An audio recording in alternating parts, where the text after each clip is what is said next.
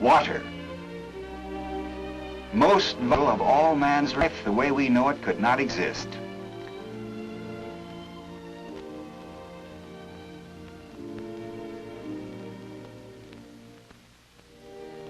Man uses the waters of the earth to quench his thirst, to grow his food,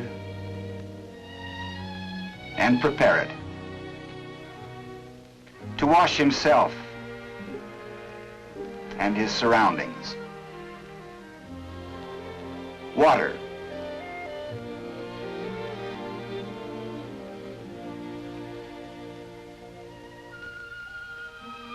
To make all the goods he uses every day: steel, oil, coal, cotton, wool, plastics, leather, glass, chemicals. And all of these activities change the water, alter it, remove some of its natural purity, add undesirable substances. Water is the great purifier of the earth. It has been the symbol of purification since ancient days, when men first observed its cleansing power.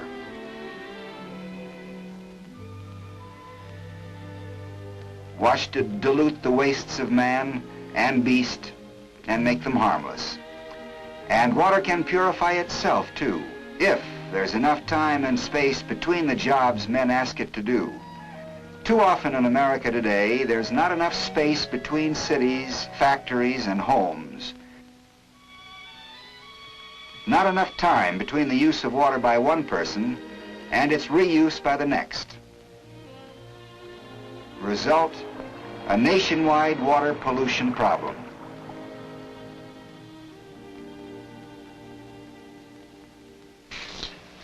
Why can't we get any decent drinking water in this town anymore? They shouldn't be allowed to dump all that crud in our trout stream. All we want is a place to swim near home. How can you expect me to stay in business here if I can't even use this water in my plant?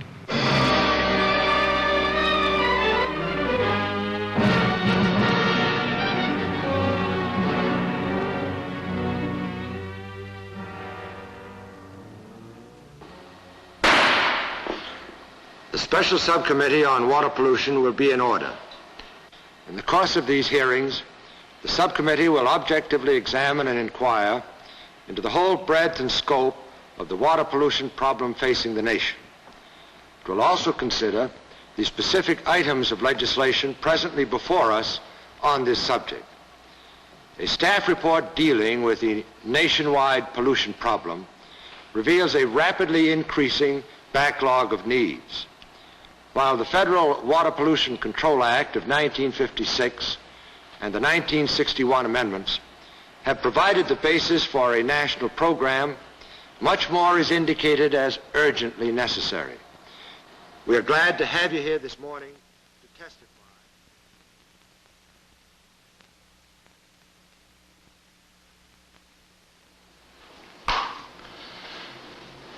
Man has only one source of water, a closed circulation system from ocean to sky to earth to ocean. This has been the cycle of water since time began. These are our rivers and streams.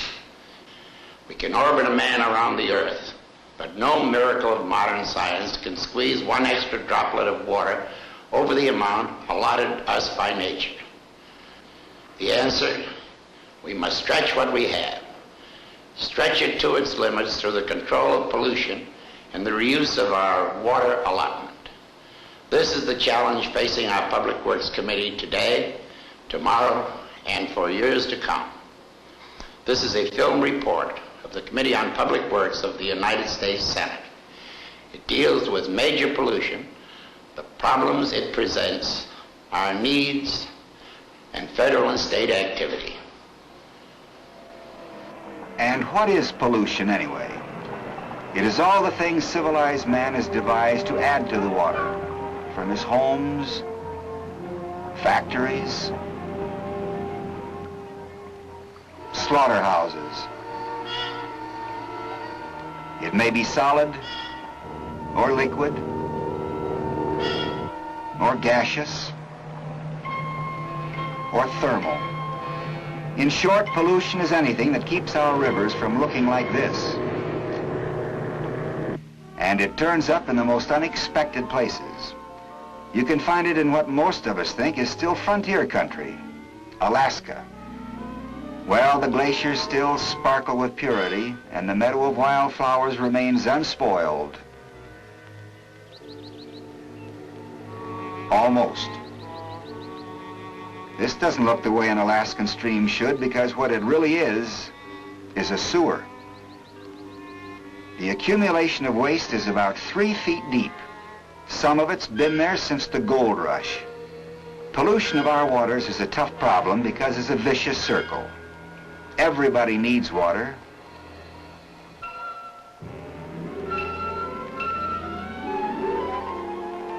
And everybody pollutes it. Industry pollutes the drinking water of a town, and if you live there, you might feel like saying, hey, we have to drink that, you know. But if you owned the factory, you could claim that the town's sewage pollutes the water for industry. You'd have a point there, too.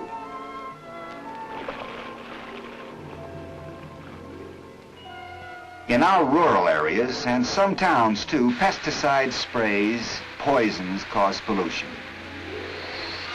We need them for a good crop, but they're a hazard to other stream users when they leach out of the soil with the excess rainfall.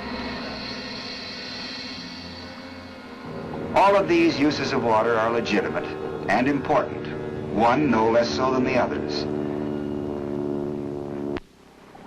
The trouble is that these uses spoil the water for other jobs just as important.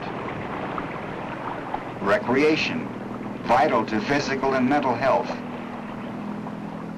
And nutrition, for our waters are a source of food. If we allow pollution to continue unchecked, what of the plants, fish, and shellfish that live in the water? If America's waters are troubled, it is because they are overworked. Among our American rivers, it would be hard to find one more overworked than the Ohio. Once, not even 200 years ago, this was the frontier. George Washington, traveling near here in 1770, remarked that the smallest of the Ohio catfish were bigger than any river fish near his home on the Potomac. There are no more 100-pound fish in the Ohio. Instead, the valley of this river today forms a great industrial empire, producing more wealth and supporting more millions of people than George Washington could ever have dreamed. All along the river's course from Pittsburgh to its rendezvous with the Mississippi at Cairo, Illinois, the waters of the Ohio are used and reused countless times. A man competes against himself for the precious water, on his job for industrial water, at home for drinking water, and in his spare hours for recreation water. This competition begins where the river begins, at Pittsburgh. The Allegheny coming from the north and the Monongahela from the south meet to form the mighty Ohio. And here, too, big industry begins. Of course, in Pittsburgh, big industry means big steel. And that means water to cool the white-hot metal. Then for the water, back to the river with a load of scale, the top layer of the metal shorn off by the contrast in temperature, and a form of pollution. But a river's for kids, too.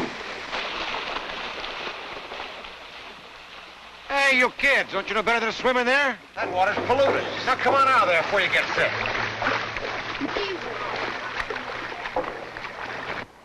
Yes, the water's polluted. But Pittsburgh's success with steel has made it able to afford to do some cleaning up at a new treatment plant to take care of all domestic sewage from the city and 71 suburban towns, plus some of the industrial waste. Tunneled underground to this point, the human wastes, putrescent material from food processing plants, the grease and grit of a large American city are removed from the waters. More than 1 billion gallons of tainted refuse flow through this plant every week. In the processing, the water also receives doses of bacteria-killing chlorine, an added safeguard many communities can't afford. Treated sewage returns to the river. Most, but not all, of the disease potential has been removed. Just before it rejoins the Ohio, a laboratory makes one last check for bacteria and oxygen. There's an odor patrol, too, but you'd never know it. Pittsburgh has what is called a combined sewer system, much like this one in Milwaukee. Wastewater and storm runoff flow through the same channel. In a heavy storm, some, perhaps most of the flow will have to bypass the treatment plant and empty directly into the river. That's what's happened here. Sewers tell a lot about people. Wastes poisonous enough to kill fish. The autopsy of a doll. This river, through the business heart of Milwaukee, empties into Lake Michigan, and it empties its sewage there, too. Along these beautiful beaches of the lake, a rainstorm brings out these signs. Of course, that doesn't keep people from swimming. Vast ocean-like Lake Michigan polluted? Nonsense.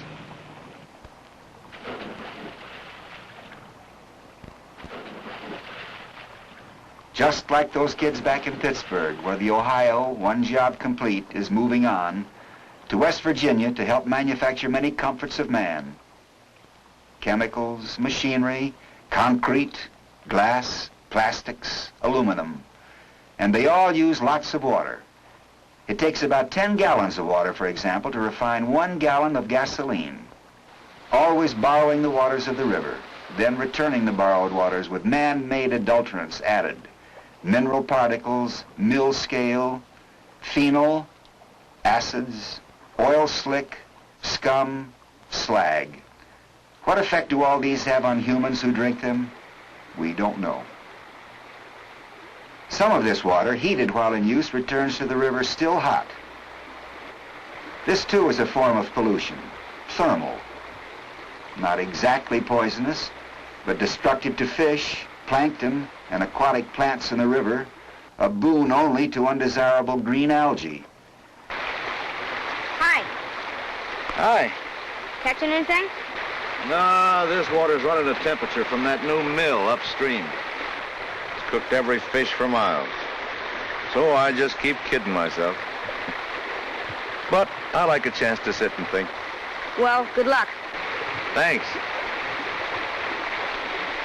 Well, all of us like to sit watching a river and think sometimes.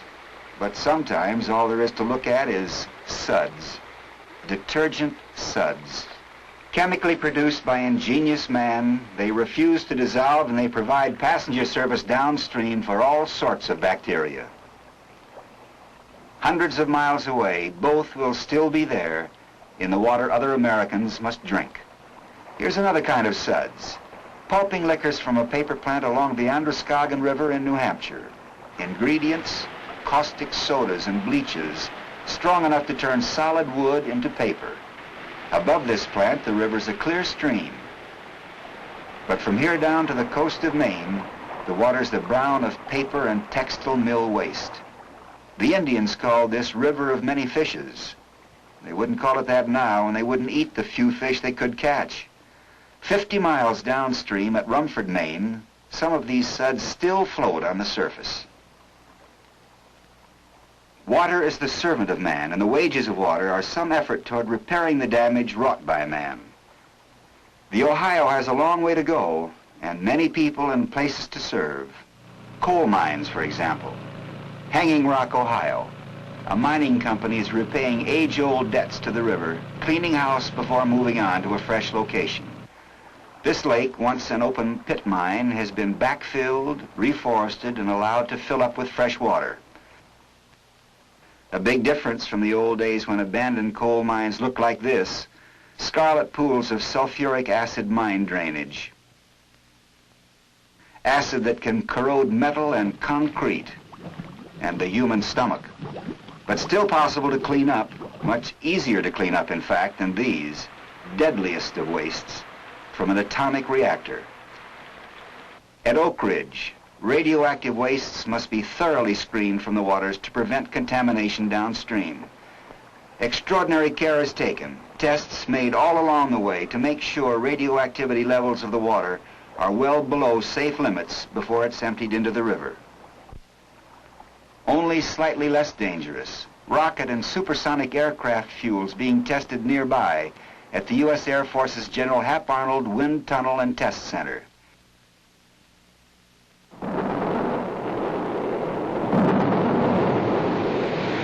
To cool the equipment and atmosphere after the fierce heat of simulated space and near-space flights, vast amounts of water. This retention pond was scooped out of barren soil especially to restore used water to its normal temperature and to dilute the accumulated toxins. The system works well.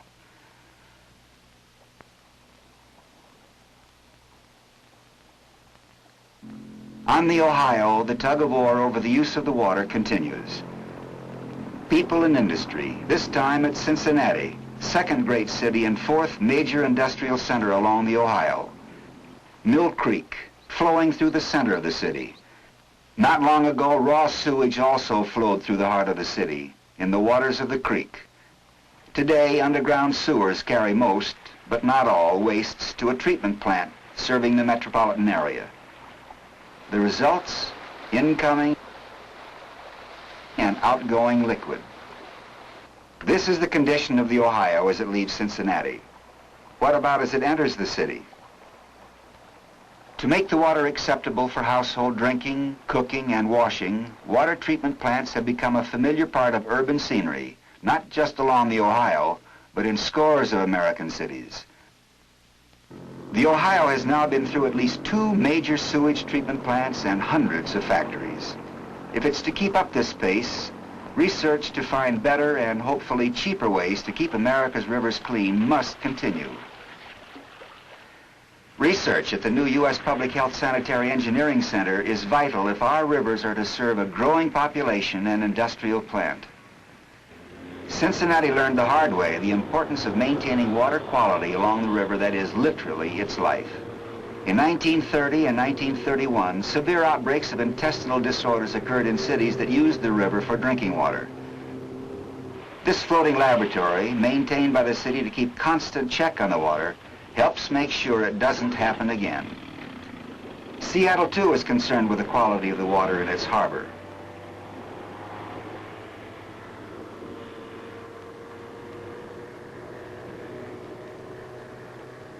Careful chemical analysis reveals much that can't be seen with the naked eye, and this boat will still be in business when the city's new sewage treatment plant goes into action.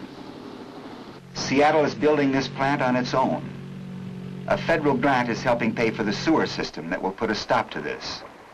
For pollution hurts all of us.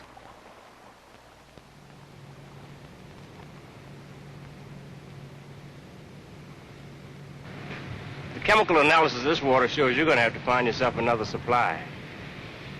Or you're going to have to spend a lot of money on a filtration plant. This water just won't do with the kind of machinery you're using. That raises some real problems. I might be better off shutting down here entirely rather than risk raising my prices. What can we do about getting the city to take care of this? Even the sea can create pollution when it's abused, as it is here outside San Francisco. Just south of the city, within sight of Candlestick Park and the Cow Palace, there was once an inlet of San Francisco Bay. Then a freeway turned the inlet into a lagoon. But the highway engineers had reckoned without the tides and without the sewers that emptied into the lagoon. Changing tides twice each day brought this. The only practical solution? Fill the lagoon with anything. Impounding the waters has aggravated the pollution problems of the Ohio, too. To enable the river to carry barges, to move the products of the river's industry, the Corps of Engineers began 50 years ago to build a series of locks and dams, transforming the river into a succession of long pools. It is a continuing project with new structures like this needed to replace outmoded smaller ones. Moving water, of course, can purify itself faster than still water. The Ohio today is mostly still, complicating the purity problems of those who must use it. For not everyone has a choice of water supply or location. Utah, for example, a scanty water supply to begin with, and much of what there is, salty. The Utah Power and Light Company must use the Jordan River on the outskirts of Salt Lake City. It's the only river around, and it's used as a sewer by residents and industries alike. Water that looks like this must be purified before the power company can use it. And since the composition of sewage is always variable, the purifying process must vary too, sometimes every half hour. Things are not quite that bad along the Ohio, but around Louisville, the saying is that the river is too thick to drink, too thin to plow. Louisville, home of the Kentucky Derby and of Kentucky bourbon. It takes good water to make good bourbon. The whiskey men can't depend on the Ohio. They use spring water.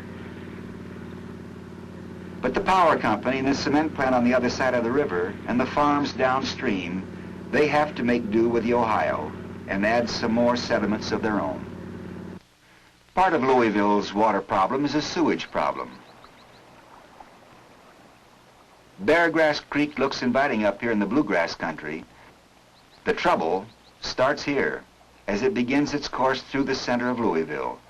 Just a large open sewer, uncovered, highly polluted. The concrete walls here keep people away, but a little farther on, as it meanders through Cherokee Park and past Daniel Boone, the creek looks innocent. Only a telltale odor gives it away.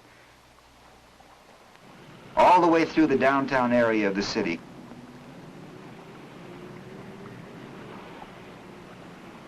collecting more refuse, garbage, and sewage every foot of the way. And those bubbles, not fish, methane gas, a byproduct of human and animal offal. Methane is a deadly poison. Back in the 1850s, when nobody had ever heard of water pollution, a whole string of slaughterhouses flourished along here, and so much blood flowed into the creek that the people of Louisville called it Old Crimson. Fortunately for the Ohio, these gates strain Old Crimson before it enters the river. But straining doesn't do the whole job.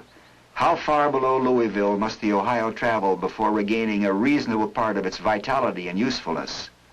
25 miles. Pollution doesn't have to be rusty or crimson. It comes in all colors. It happens to be crimson of a sort in Kansas City near the meatpacking plants, along the Missouri and the Kaw.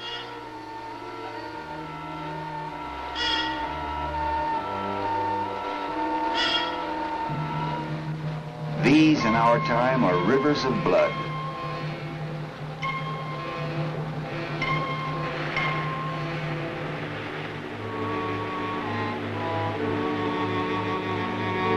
And as the blood gets a little older, staler, pollution comes in brown. In Georgia, at a textile mill, it's black. At a New England chicken plant, white, mixed with black and yellow. Even at Utah Lake, in blue. And in some places where we expect beauty, such as our nation's capital, in just plain ugly. There are some people, though, who don't see why we Americans should have to put up with this. People who don't see why we should fight with each other over who has the right to pollute the water. Not these people. In Omaha, they probably don't realize that's a sewer they're fishing in. And the kids, they're the same everywhere. None of them know it, but their city is doing something to make the Missouri an even better place to swim.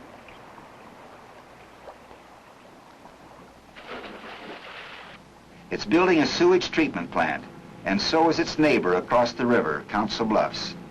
Thanks to these two cities, their river will proceed to its next user, ready for the next job. And a trip on the River Belle will always be a treat. Boys won't have to risk their health as this fellow on the Ohio does by having to swim in the company of sewer pipes. There is a river, the psalmist sang ages ago, the waters of which shall make glad the city. You might have been thinking of Babylon, once famous for the splendor of its culture and its hanging gardens. Now a barren, semi-desert, inhabited only by nomadic shepherds.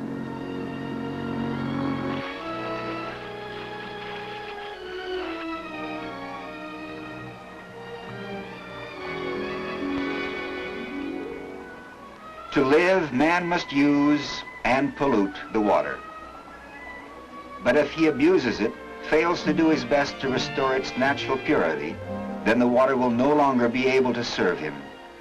and factories will close, farms dry up, people disappear. The lesson of Babylon will not have been learned. The population and industry of America are growing every day. The water supply remains the same. Will the future hold this or this? Only we can decide.